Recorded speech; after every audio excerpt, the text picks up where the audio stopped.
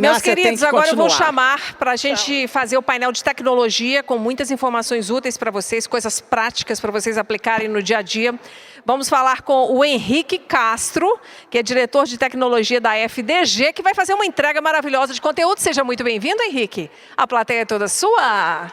E ó, lembrar do nosso tempo, tá bom? Daqui a pouco eu volto. Comigo. Boa tarde, pessoal. Tudo bem? Bom, a ideia aqui é enfrentar um grande desafio de falar depois dessa emoção toda, né? Falar de tecnologia. Mas nós vamos falar de tecnologia exatamente para conectar pessoas, para poder conectar propósitos e trazer o professor como o educador que é, cada vez mais com superpoderes. Essa é a minha missão aqui e vamos nos divertir junto. Deixa eu começar falando de mim. Eu tenho um ponto muito relevante, deixa eu chegar mais perto que acho que fica mais fácil. Tem um ponto muito relevante que eu vim de escola pública. Me diz aí, quem aqui é de Contagem? Levanta a mão. Então devem conhecer, ó, Escola Estadual Deputado Renato Azeredo, o Renatão. Renatão tinha uma fama que era, estuda no Renatão, entra burro e sai ladrão. Foi lá que eu estudei. Então vocês imaginem a expectativa de fazer alguma coisa útil na vida que eu tinha, né? E esse é o cenário que infelizmente a gente encontra muito por aí. Só que foi a educação que mudou a minha história. Eu tive um pai alcoólatra. Meu pai me deixou com 12 anos. A minha namorada da escola engravidou. Tudo isso para dar errado. Só que não deu. Só que eu estou aqui. Estou aqui podendo contar para vocês sobre inteligência artificial e exatamente sobre forma de pensar e coisas que eu fui fazendo graças a inúmeros educadores fantásticos que passaram por mim e que me permitiram cumprir e continuar cumprindo essa missão de poder facilitar a vida das pessoas usando tecnologia, dando superpoderes. Então o que eu vou falar aqui hoje é como que a gente pode pegar a inteligência artificial para na educação sermos superpoderosos. Porque se tem uma classe, um tipo de profissional que precisa ampliar o seu alcance, são exatamente os educadores. Então a ideia é fazer isso. Só para contextualizar a história, a minha namorada que engravidou no ensino médio, é minha esposa até hoje, sócia na empresa. Obrigado. Fácil não, que depois de tudo isso, aí eu vou dar uma engasgada. E eu fiz ciência de dados, eu fiz um MBA executivo no INSPER, eu fiz especialização de inteligência artificial no MIT e estou mestrando em inovação na FGV. Tudo isso só foi possível graças a educadores que me mostraram que eu poderia encontrar na educação essa mudança de vida, poderia fazer a diferença. Isso me permitiu ser pioneiro em inteligência artificial no Brasil, trabalhando com inteligência artificial desde 2009. Trabalho hoje como conselheiro da maior comunidade de inteligência artificial do Brasil, que é a AI Brasil. Sou aqui o diretor de tecnologia da FDG. Vocês vão ver como que a gente leva essa missão à frente, usando a tecnologia. Sou também conselheiro de tecnologia na Hiker. A Hiker é um fundo de investimento e que também fomenta outros sonhos, a ideia é sempre essa. E sou CEO da New Horizon, uma empresa de software com 62 pessoas. E cada vez mais eu fico feliz com essa missão de poder ajudar outras famílias que podem permitir. A gente tem um programa de treinamento, a gente continua usando a educação como meio para poder levar a tecnologia a cada vez mais pessoas. Bom, para começar, eu vou fazer uma pergunta do que é inteligência artificial. E eu queria saber aqui, quem usa ChatGPT? Levanta a mão, por favor. Olha aí. Todo mundo. É mágico, né? O ChatGPT, ele nasceu com um propósito de ser uma tecnologia de uso geral. Ele veio para isso. Só que a inteligência artificial é muito antiga. E para a gente começar desmistificando algumas coisas, eu queria resumir em algo muito simples. Inteligência artificial é uma estatística que simula a própria inteligência. Então essa conversa de que o ChatGPT mentiu, o ChatGPT errou, nós vamos quebrar um pouco desses conceitos, porque o ChatGPT não é um ser, apesar de parecer que é. Apesar de muita gente falar que é. Mas não é um ser, é somente uma ferramenta. E vamos tratá-la como tal, como uma ferramenta excelente e muito útil para o nosso dia a dia. Vejam só, a primeira escrita que a gente tem de inteligência artificial é 1936. É um paper acadêmico, escrito pelo Alan Turing. Turing é considerado o pai da inteligência artificial, na qual ele trouxe fundamentos nos quais ele dizia, será que computadores podem pensar? Será que a gente pode simular o cérebro humano e as correlações que o cérebro humano tem? E aí, em 1939, na Segunda Guerra, inclusive tem um filme que fala um pouco sobre isso, chamado Jogo da Imitação, recomendo, é muito bom. Ele fez uma máquina que simulava, tomava decisões, então simulava como que o ser humano pensa. De 1940 até 2016, a gente teve uma consolidação de tudo que a gente tem aí. Inúmeros algoritmos, que a gente chama de visão computacional, que é reconhecer a pessoa através de uma foto, uma imagem, enfim. Uma série de evoluções, até a gente chegar em 2017, com o Google. Inclusive o Alessandro vai falar logo das ferramentas do Google. O Google é o pioneiro da inteligência artificial generativa como a gente conhece. Porém, eles escreveram como que eles faziam aquele você quis dizer. Já viram quando você entra lá e fala assim, quem descobriu? E ele já coloca, o Brasil? É só isso. Bem resumidamente falando, a inteligência artificial é isso. São estatísticas de qual é a próxima palavra. Quando o Google fez isso, inúmeras empresas começaram a fazer uso desse conhecimento difundido, né? E aqui tem um ponto, vejam que tudo o que cresceu de inteligência artificial generativa foi graças a compartilhamento de conhecimento. Google deixou isso público, outras pessoas deixaram público, e assim a gente vai tendo evolução na humanidade como um todo, né? Até a gente chegar, novembro de 22, que nasce o tal do ChatGPT. O ChatGPT, ele nasceu com o propósito de ser aberto, mas aí viram o dinheiro que poderia dar, fecharam, tornaram ele uma empresa e cresceu para a gente chegar até onde a gente chega, trazendo inúmeros desafios, que é o fato de você ter crianças com uma tecnologia tão potente na mão. Deixa eu já trazer uma coisa para eu me posicionar e vocês já entenderem a linha que eu penso. Para mim, a inteligência artificial traz inúmeras oportunidades para a educação, mas também inúmeros desafios. A gente precisa entender os dois lados. Vou pegar um exemplo. Você não vai dar na mão de uma criança de 7, 8 anos, aprendendo conta, uma calculadora e falar para ela que ela pode usar. Você não pode fazer isso. Por outro lado, você não pode pegar um engenheiro e fazer ele fazer conta de cabeça o tempo todo. No meu ponto, a inteligência artificial, a gente tem o desafio aqui, como educadores, de achar exatamente este meio termo.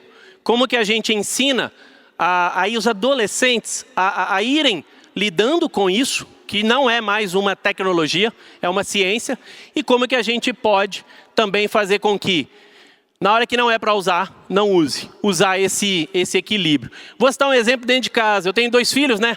O de 22, que é o da história de quando eu tinha 16 anos, que fui pai, e o de 13. O de 13, como todo adolescente, ele está naquela fase que odeia estudar. Imagino que vocês vivem com alguns desses. E aí ele perdeu média em história e ele tinha que fazer a prova de recuperação.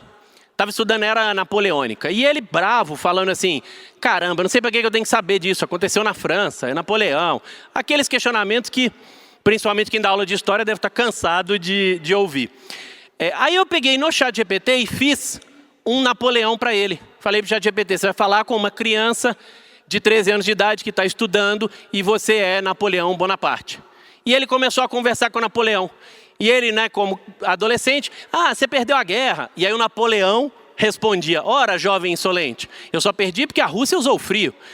E esse exemplo, ele ficou algum tempo ali falando com o Napoleão e ele conseguiu pegar média em história. Então a ideia aqui é a gente falar sobre técnicas e formas da gente poder utilizar a ferramenta como algo para o nosso dia a dia para ser útil, para a gente ter histórias cada vez mais reais. E vou mostrar também um pouco do que a FDG tem feito nessa linha. Eu gosto de mostrar esse gráfico, que isso aqui é a taxa de erro da visão computacional. Visão computacional é a inteligência artificial que faz o reconhecimento faz o cara crachar. Todas as vezes que você vai passar em algum local, você coloca o rosto e ele sabe que é você e libera ou não libera. Banco usa isso, enfim. É hoje a tecnologia de inteligência artificial mais difundida no mundo. Essa tecnologia, em 2010, ela tinha 28% de erro. Nós humanos estamos aqui. A gente erra 5%. Tem certeza que você olha para uma pessoa e fala, lembro de algum lugar, não lembro quem é. Isso acontece várias vezes com todos nós. Então o humano erra 5%. Essa tecnologia, ela já está errando somente 2 a 3%. Isso desde 2017. Por que eu gosto de trazer isso? É uma tecnologia com muito menos dinheiro do que a IA generativa atual. E em 5 anos ela já superou os humanos. Então assim, a IA generativa vai superar o ser humano? Já superou. Só que em tarefas que o ser humano não devia fazer. Em tarefa de máquina. Você ter um ser humano para ficar atendendo o telefone ou fazendo ligação de cobrança, não é um tipo de trabalho relevante. Professor ter que ficar corrigindo inúmeras provas que é de marcar, não é um tipo de trabalho que o humano deveria fazer, é trabalho para a máquina. Então a minha forma de olhar para a inteligência artificial e a nossa forma na FDG como um todo é tudo que a gente pode fazer para tirar o trabalho braçal. Para o professor poder trabalhar onde ele brilha de verdade, que é na sala de aula. Esse é o ponto e é isso que a gente vai explorar um pouquinho aqui hoje. Por que isso é importante? Por que é legal falar de valorizar quem vai fazer algo para frente ou presencial, algo que a máquina não faz? Porque a inteligência artificial só cria a partir do que já existe. É só isso. Eu brinquei com o Edu agora há pouco, que ele preparou o terreno para mim. Porque ele falou de criatividade o tempo inteiro. Você quer ser melhor do que a máquina? Seja criativo. E para a gente formar profissionais e pessoas e cidadãos que sejam melhores do que uma máquina, eles precisam ser criativos. Porque a máquina não vai criar nada. Porque tudo que ela faz é a partir do que já existe.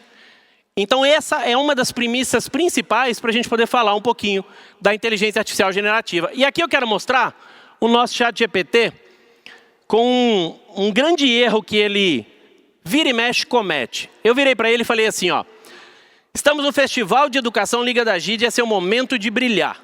Me diga, para mostrar o quão esperto tu és, me diga quantas letras R existem em O Rato Roeu a Roupa do Rei de Roma.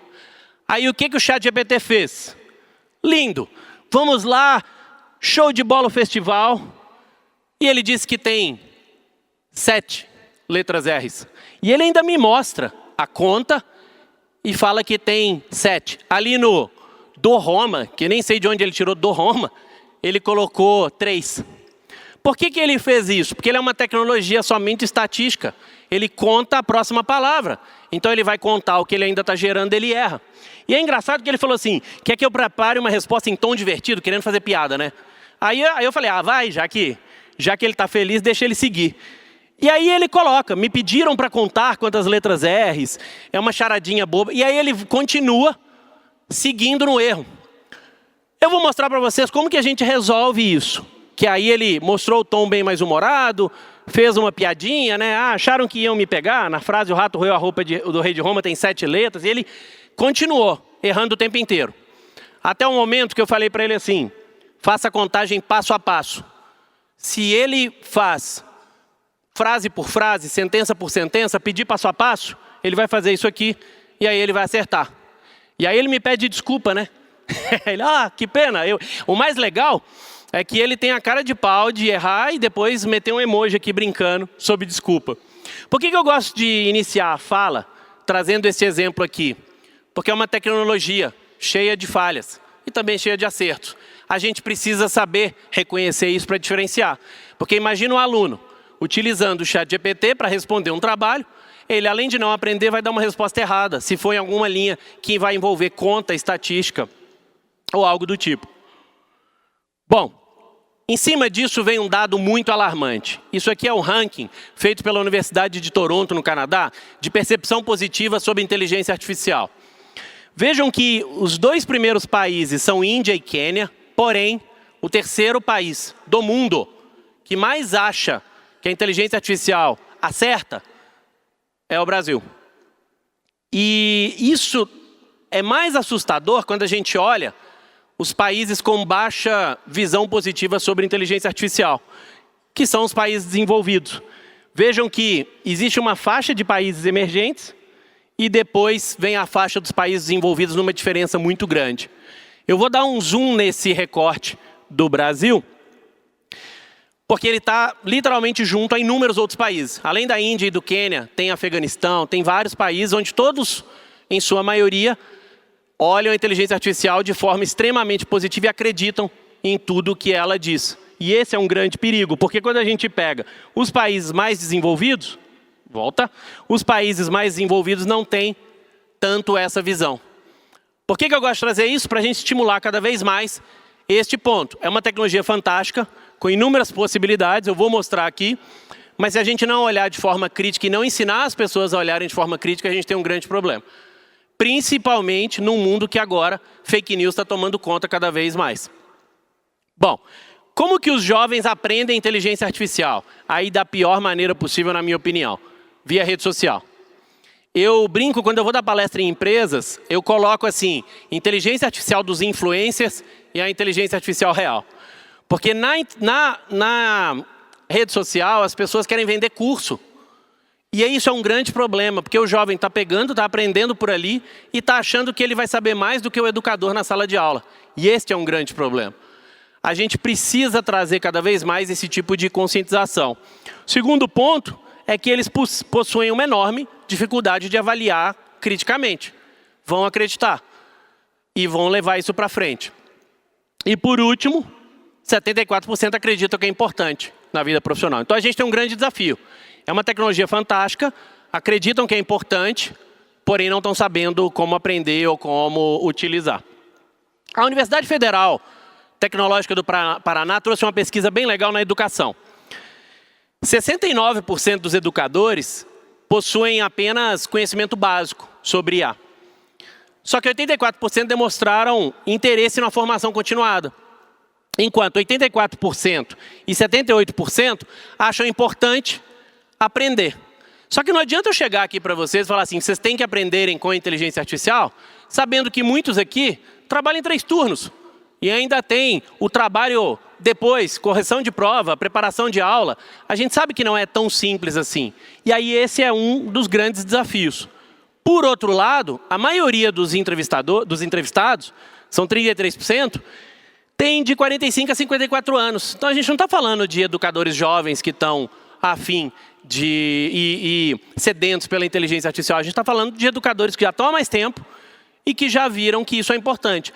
Toda vez que eu vou falar na área educacional, acontece isso que aconteceu aqui. A maioria esmagadora já usou e usa o ChatGPT.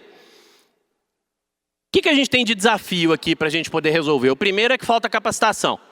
Esse é o desafio principal. Acabei de criticar a rede social, mas de fato ainda não tem bons cursos sobre isso. Mas tem boas ideias para a gente resolver isso mais à frente. O segundo, equipamento e conexão confiável. A gente fala de internet em alguns lugares de capitais, e a gente sabe como é que é o desafio para o interior. E o outro, é a ausência de suporte técnico. Eu estou dizendo que é uma ferramenta que erra, mas não dá para ter uma pessoa técnica em toda a escola. Então a gente tem alguns desafios para a gente poder resolver junto ao longo dos anos aí com relação à inteligência artificial. Por quê? Sem ações coordenadas, só os alunos vão usar. E todos esses problemas que eu apontei vão acontecer, porque eles vão usar de forma descoordenada e sem um educador direcionando. Por outro lado, no mundo está tendo um movimento interessante que o PISA, em 2029, colocou alfabetização em mídias e inteligência artificial como premissa. Por que eu acho que isso está acontecendo? Primeiro que inteligência artificial, a gente não coloca ela como uma tecnologia, ela é uma ciência transversal. Veja que ela tem matemática, ela tem computação, ela tem estatística e ela tem língua. Sabe aquela pessoa que só gosta de exatas e fala assim, português não é para mim? Se ela quiser usar a inteligência artificial, ela vai ter que saber sujeito, predicado. Vocês viram que a forma de eu compor uma pergunta fez com que ela acertasse. E por outro lado, aquela pessoa que é só de letras e fala assim, só de humanas, né? E fala assim, não, exatas não é para mim, vai ter que entender que é uma ferramenta estatística e que ela vai estar trabalhando com dados do outro lado.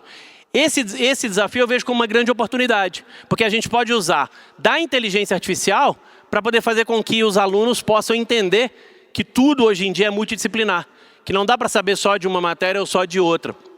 E o PISA está fazendo isso, além de ter matemática, ciências e línguas, né, ele vai incluir mídia e inteligência artificial.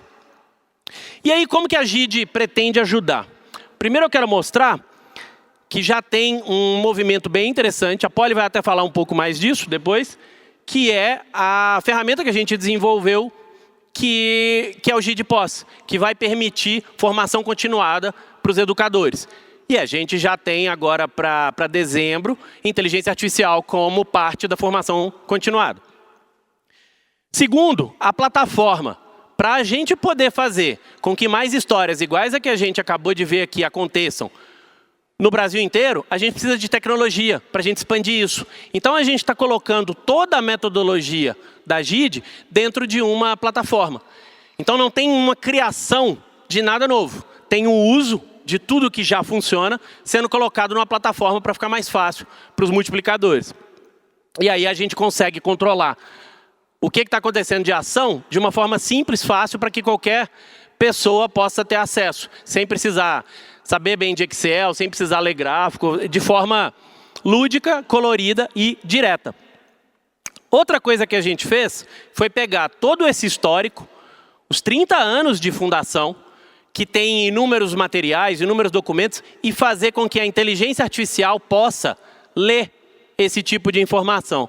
E aí vejam que interessante, ela consegue demonstrar os dados e os gráficos com todo o trabalho de gestão que a gente tem, porém, ela permite que a gente converse e entenda. Então você pega uma pessoa nova e ela pode perguntar assim, o que é RIAP? Eu não sei. O que é GID? E aí a inteligência artificial, ensinada com todas as informações da própria fundação, consegue desenvolver e explicar para a pessoa o que é, o que não é, como funciona, como não funciona. Então assim, se a pessoa não souber gráfico, ela começa a escrever. Eu queria saber quantas ações foram feitas na escola Duque de Caxias. E aí consegue, claro, é uma escola que está performando muito bem, a gente pegou ela como exemplo. E aí você consegue ver o que está, o que não está e montar o seu dashboard para o seu dia a dia do que você quer mostrar. Pessoal, isso é porque o futuro chegou. Não adianta a gente tentar ir contra num tsunami, a gente tentar abrir um guarda-chuva. Ele está acontecendo. Porém, assim como todos vocês, eu tive que passar por todos os estágios do luto quando eu olhei para a inteligência artificial. Então a primeira coisa que eu fiz foi entrar em choque. Falar, não, isso não dá, não é assim, não é possível, meu Deus, que loucura. E aí eu fui para a negação. Não acredito que isso vai funcionar, não vai dar, não dá. E aí me bateu grande frustração, porque eu comecei a pensar assim, caramba, tudo que eu estudei não serve para mais nada. De novo, voltando ao Edu falando de aprender a aprender, né? E de fato, 90% do que eu sei realmente não vale mais nada. Porém, os 10% que sobraram, depois da depressão, né, eu comecei a pensar que os 10% que sobraram valiam 1000 vezes mais. E aí eu comecei a fazer alguma experimentação para chegar numa decisão e aí partir para a integração. O que é importante a gente ter em mente aqui? Que nós já somos meio humanos e meio máquina. E aí normalmente quando eu falo isso, as pessoas balançam a cabeça que não. Mas eu quero saber o seguinte, alguém vive sem o celular?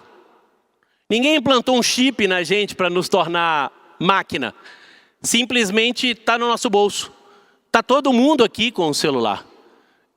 A gente já tem isso, a gente usa o Waze para voltar para casa, num caminho que a gente já sabe. E lá em São Paulo falam muito, não, é por causa do trânsito. É porque a gente gosta de criar desculpa para o que a gente faz sem pensar. A gente já é meio humano e meio máquina e a tecnologia já está entre nós. Entre os alunos ainda mais. A geração Z e a geração alfa já nasceu com isso integrado, né? Então, como eu falei, a inteligência artificial é uma ciência. Porém, o pensamento crítico, o nosso aprendizado contínuo, a criatividade e o nosso toque humano, isso vai perdurar para sempre. Se a gente está falando de uma máquina e uma ciência que não cria nada, a gente sabe que a nossa capacidade de criar é o que vai nos tornar, vai fazer a evolução futura. Antes de mais nada, eu quero dizer para terem calma.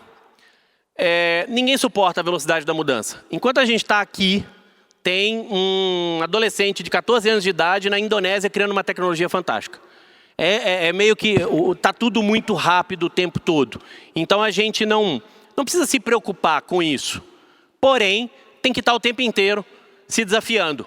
Movimentos como esse, vocês saírem do que vocês estão acostumados a fazer para vir em um evento desse e aprender, é o que a gente vai ter que fazer cada vez mais.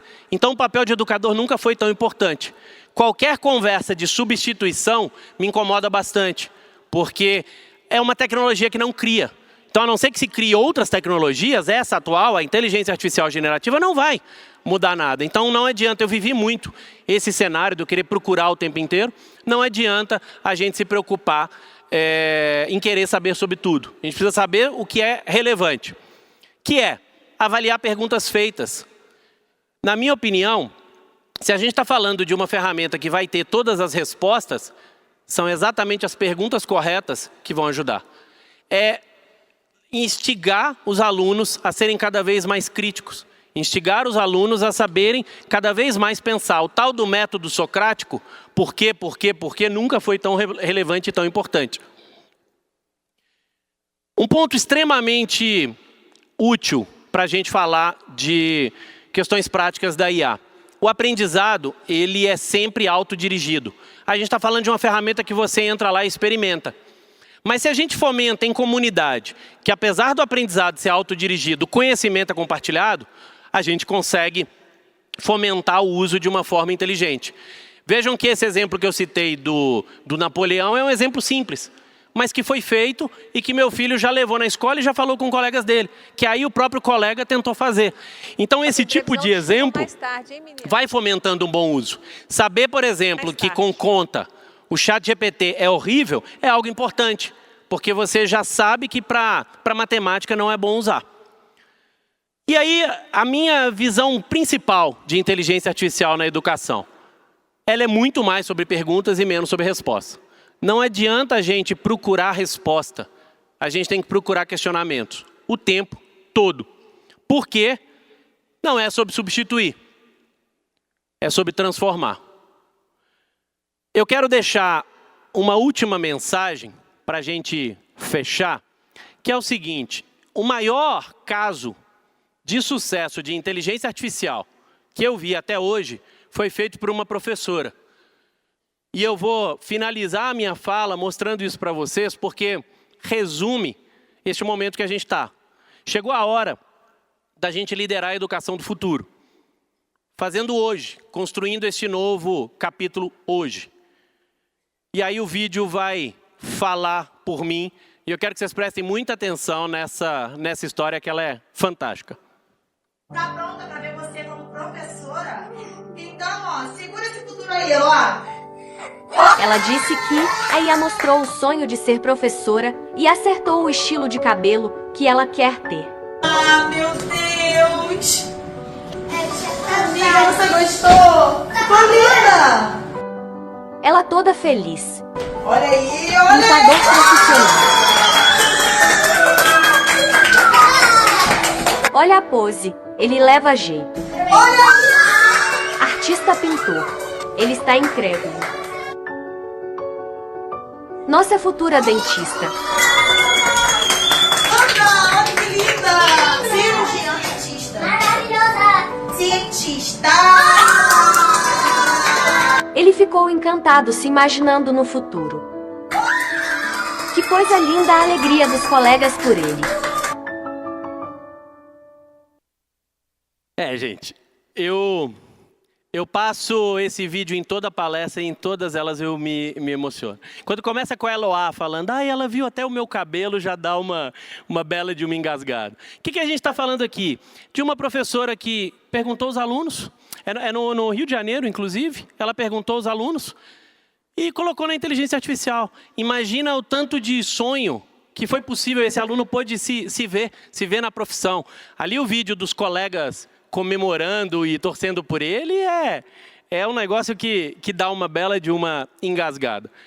Então, pessoal, eu quero terminar a minha fala agradecendo, dizendo que estamos juntos para a gente poder resolver este grande desafio que a inteligência artificial traz, Meu Instagram, henriquedecastro.oficial, eu sempre falo sobre o tema, então tudo que eu estou estudando e falando a respeito, estou compartilhando, as novidades que a gente anda fazendo junto com a FDG, vou colocar bastante por lá.